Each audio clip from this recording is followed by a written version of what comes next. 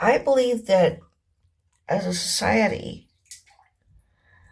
we have a problem of making mountains out of molehills and of manufactured controversies. On a macro level, we do something that is kind of common on a micro level.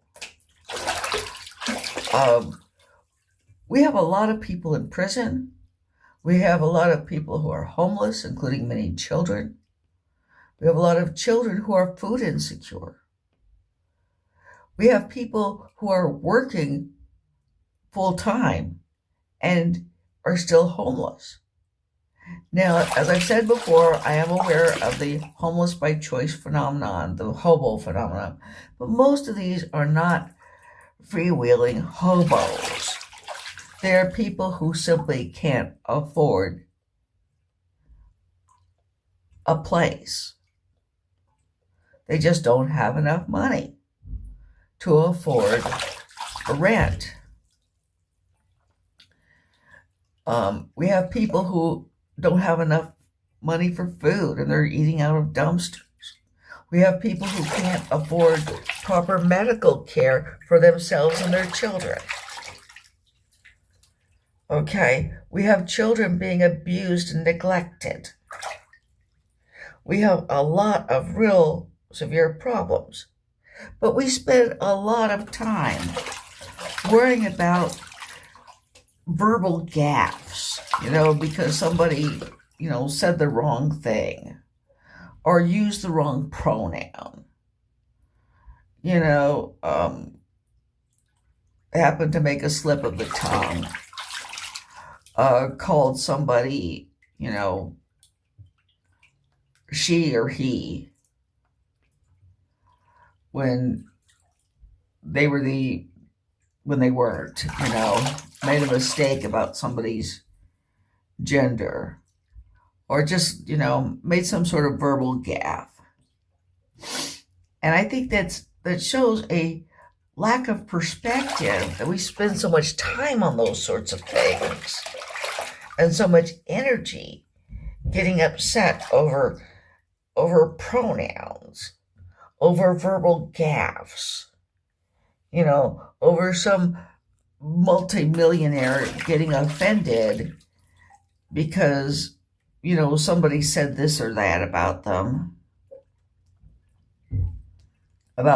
or he or she, rather than, concentrating on the real problems of people who are homeless,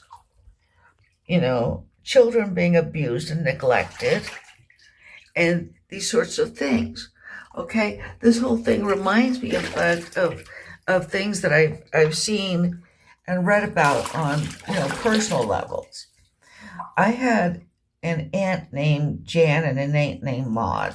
Okay, Aunt Maud stopped talking to Aunt Jan because she overheard Aunt Jan say about her daughter Ella May, "Here comes Ella May with her brood," referring to her kids. And she was so offended by calling her grandkids a brood that she stopped talking to her. Okay? That wasn't meant to be offensive. But she got so upset by that word. Now, an odd thing about it was I read an article that was complimentary about an actress. And, it complimented her career, but it also complimented her motherhood by saying that her greatest achievement is raising her brood. Yes, it used the word brood. The word brood, which caused my Aunt Maud to stop talking to my Aunt Jan because she thought it was putting down her daughter Ella May for having 3 or 4 kids by using the word brood. I mean, that caused that kind of rupture over that word, that mountain out of a molehill. Okay. There was also I remember a Dear Abby column. This woman admitted that she hadn't been in love with her husband when she married him. Unfortunately, she told her daughter-in-law this. And her daughter-in-law continuously used it against her, saying that it made her a prostitute. Okay, now unfortunately, I personally don't even think there's anything wrong with being a prostitute.